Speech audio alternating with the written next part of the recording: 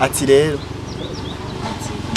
ati kimwe wewe sisi wamubwira ibyo onya nta bintu ati so mbwa atari byo ako je nama ndakwihweza misi yose ushaka kwigira umuntu watari mu karere ukibazanira umukobwa wenyine dufise ngaha mu karere Jennifer we wiravye wenyine ushaka kubona ikintu uvuga ati je ndabereye kuri no mwana regura kura ntugumura umwana mu muntu oya je apana uvuga ati ngo ibiki nibiki banza wenyine witaho uvuga ati je ndi iki naje sinitahure oya ushaka nitahure gute gusomvya ngaha vraiment je tureke ibintu vya plan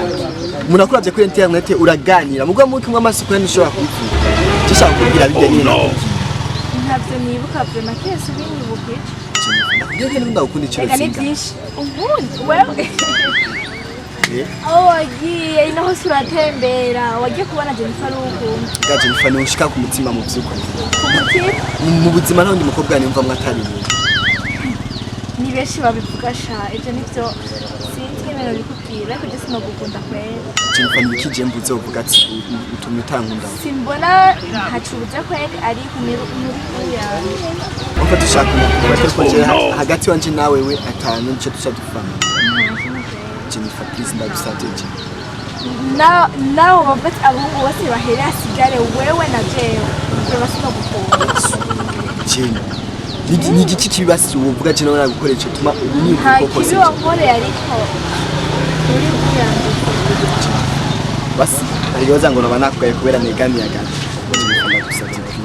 naho senga ugafukama ukaryama ngaho aho mu buzima fukame n'ukuri basi gapjeni ehe basi ndabidagusavye babikira amazi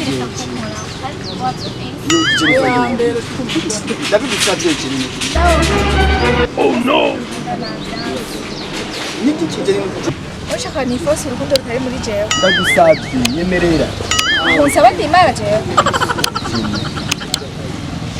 aho rero ba Jennifer ni benshi abakobwa ni benshi kandi bagana birondera kandi ntuzosubire no ngahi wacu please oh no uransize kwera uragiye sha bakobwa bikigene atani hora ko bangu twake ujya ko ndamufukamira nawe kizumfukamira we naje ngiye gucanga hamwe umutima wa sha ntangorane kana nta nubwo no ciganzira caciye